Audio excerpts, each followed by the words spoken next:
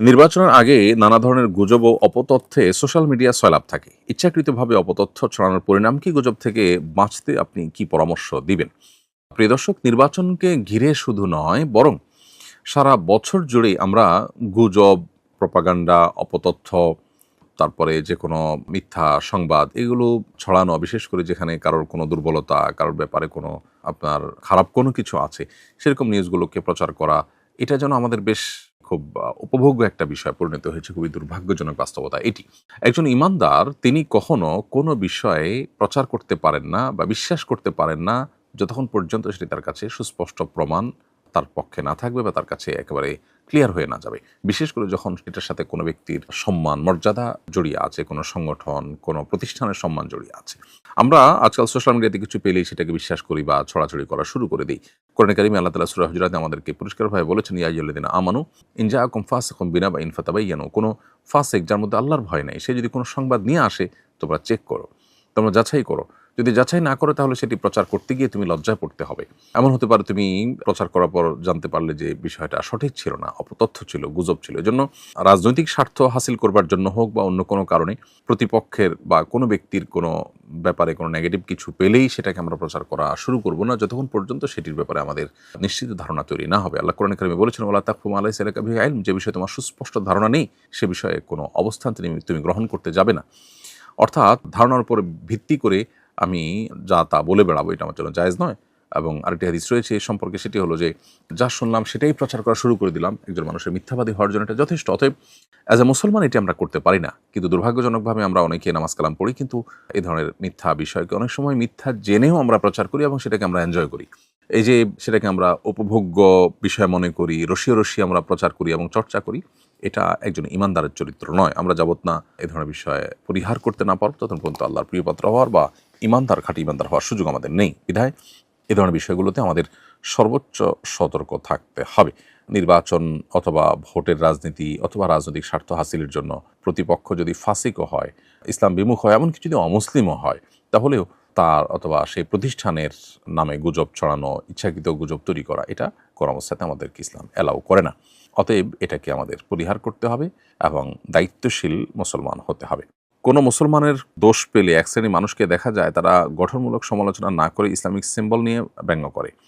আপনার বিবেচনায় এদের মূল উদ্দেশ্য আসলে কি? ভুলের সমালোচনা করা নাকি ইসলাম ব্যঙ্গ করা? প্রায় সময় দেখা যায় দাড়ি টুপি পরা কোনো মানুষ তাদের কোনো ভুল প্রকাশ পেলে দেখা যায় দাড়ি নিয়ে বাজে কথা বলা হয়। অনেক সময় যে মানুষগুলোর অন্তরের মধ্যে ইসলামের প্রতি প্রচণ্ড বিদ্বেষ তারা লালন করে, আমাদের সমাজে এরকম মুনাফিক বহু আছে যে মুসলমান সমাজে বসবাস করছে, কিন্তু তার অন্তরে আসলে ইসলামের প্রতি বিদ্বেষ আছে। তো এরকম মানুষগুলো তারা আসলে এই সমস্ত সুযোগগুলোতে তাদের যে খোলস, তাদের যে মুখোশ, সেটা থেকে তারা বেরিয়ে আসে। ফলে তারা দাড়ি নিয়ে অনেক বাজে মন্তব্য করতে থাকে। অনেক সময় দেখা যায় যে হয়তো এই পর্যায়ের ইসলাম বিদ্বেষী না, কিন্তু ইসলাম সম্পর্কে ধারণা না থাকার কারণে এই কাজগুলো করে থাকেন। কোনো ব্যক্তি বিশেষকে ব্যঙ্গ করার জন্য বা বিদ্রূপ উপহাস করার জন্য বা তার কোনো অন্যায় কাজকে ডিসকারেজ করার জন্য এরকম কেউ বললেন, সেটা হয়তো সাধারণ গুনাহের পর্যায়ে পড়বে। কিন্তু দাড়ির প্রতি বিদ্বেষ বা ধর্মের প্রতি বিদ্বেষ বা ধর্মচর্চাকে তাচ্ছিল্য করা, উপহাস করা, এটার জায়গা থেকে কেউ যদি এরকম করেন, তাহলে তিনি মুসলিম পরিচয় ধারণকারী হয়ে থাকলে এর মাধ্যমে তিনি ইসলাম থেকে খারিজ হয়ে যাওয়ার মতো ভয়াবহ পর্যায়ে কিন্তু যেতে পারেন। খুবই জঘন্য একটি বিষয়। অতএব এ ব্যাপারে আমাদের আল্লাহকে ভয় করা উচিত, সেই সাথে দায়িত্বশীল মানুষ হওয়া উচিত।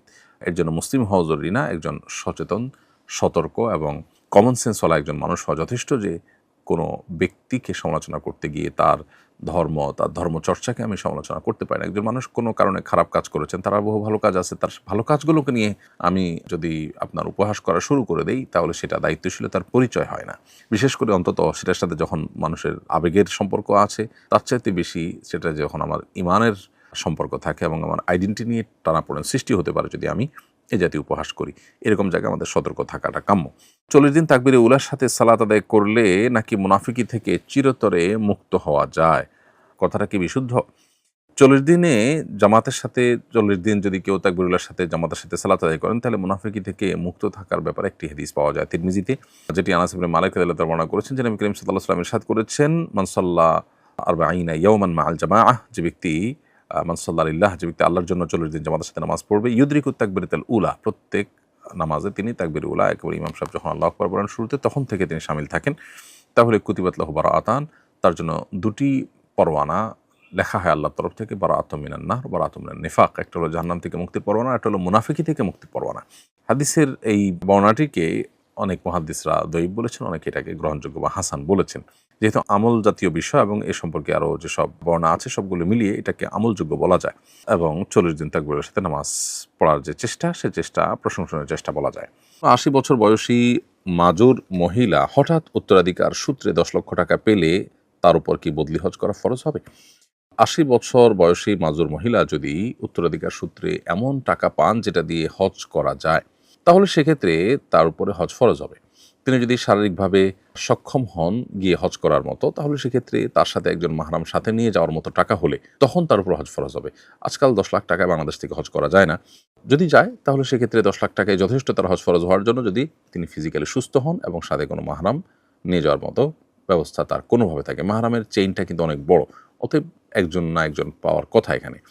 অতএব একজন নারী তিনি নিজের এবং সাথে মাহরামের টাকা জোগাড় করতে পারলে হজ ফরজ হয়। সে টাকা জোগাড় হয়েছে এবং তার শারীরিক কন্ডিশন ভালো হজ করে আসার মতো, তাহলে তার উপরে হজ ফরজ হয়ে গেছে। ফিজিক্যালি গিয়ে হজ করতে হবে তাকে। আর যদি শারীরিকভাবে তিনি অসুস্থ হয়ে যান, অপারগ হয়ে যান, তাহলে সেক্ষেত্রে তিনি বদলি হজের ব্যবস্থা তাকে করতে হবে। অর্থাৎ অন্য ব্যক্তি যিনি নিজের হজের আগে আদায় করেছেন এরকম কোনো ব্যক্তিকে পাঠিয়ে তার পক্ষ থেকে হজ করাতে হবে। ইনশাআল্লাহ তাতেও তিনি দায়মুক্ত হবেন। আজানের সময় কুকুর কাঁদলে কি কোনো ধরনের বিপদের ইঙ্গিত বহন করে? মাকে প্রায় দেখি আজানের আগে বাড়ির আশপাশে কোনো কুকুর থাকতে দেন না।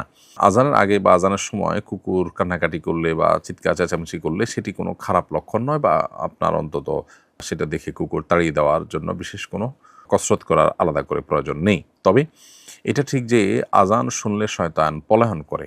আর আরেকটি হাদিস থেকে আমরা জানতে পারি যে শয়তান কুকুরের আকৃতি অনেক সময় ধারণ করে। এখন কোনো শয়তান কুকুরের আকৃতি ধারণ করে আছে এমনটি হতে পারে, আবার কুকুরের উপর শয়তান ভর করতে পারে। সব মিলিয়ে আজান শোনার পর বিচলিত হওয়া, বিশেষ করে আপনার সহ্য করতে না পারা, এটা শয়তানের ব্যাপারে শরীয়তে বলা হয়েছে বা হাদিসে বর্ণিত হয়েছে। এই জন্য আপনার এই টাইপের ইস্যু যদি আসে তাহলে সেক্ষেত্রে শয়তানের কাছ থেকে আল্লাহর কাছে পানা চাইবেন, শয়তান যেন আপনাকে আমাদেরকে ক্ষতিগ্রস্ত করতে না পারে। আর কুকুরের কান্নাকাটির আরেকটা আপনার সায়েন্টিফিক ইস্যু আছে, সেটা হলো যে কুকুর সাধারণত খুব অল্প শব্দ অনেক জোরে শুনতে পায়। যখন মাইকে আজান হয় বা মাইকে কোনো শব্দ হয় তখন আসলে কুকুর সেটা আমরা যতটা শুনতে পারি তার চেয়ে অনেক বিকট আওয়াজে শুনতে পায়। তখন তার মধ্যে ছটপটে ভাব দেখা দেওয়ার কারণ থাকতে পারে, সেটাও হতে পারে।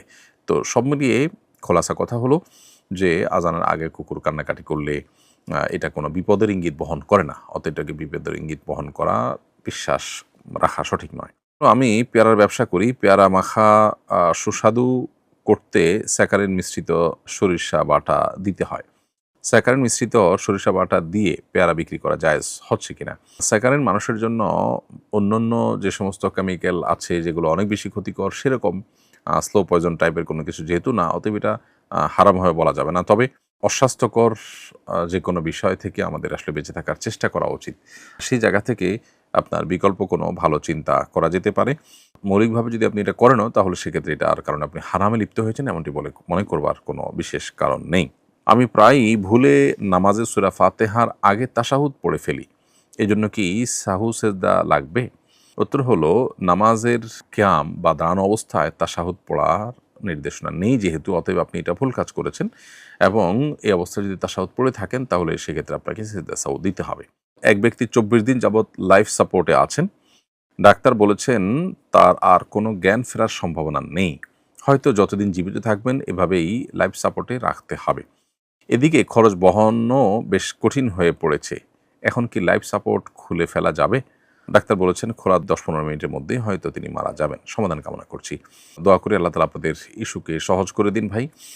আর সে সাথে আপনার প্রশ্নের উত্তর হলো যে লাইফ সাপোর্ট এর ইয়েটা যদি খুলে দেওয়া হয় তিনি দুনিয়া থেকে চলে যেতে পারেন, এই আশঙ্কা তৈরি থাকলেও সেটি খুলে দিলে আশা করা যায় আপনারা গুনাহগার হবেন না, যদি লাইফ সাপোর্টের এই পুরো খরচ ব্যয় এটি বহন করার সামর্থ্য আপনাদের না থাকে। তাহলে জমি জমা বিক্রি করে একেবারে আপনার ধার দেনা করে হলেও লাইফ সাপোর্ট দিয়ে তাকে এভাবে টিকে রাখতে হবে, এটা আপনার জন্য আবশ্যক নয়। যদি আপনাদের সে সামর্থ্য না থাকে তাহলে আশা করা যায় লাইফ সাপোর্ট খুলে ফেললে আপনাদের গুনাহ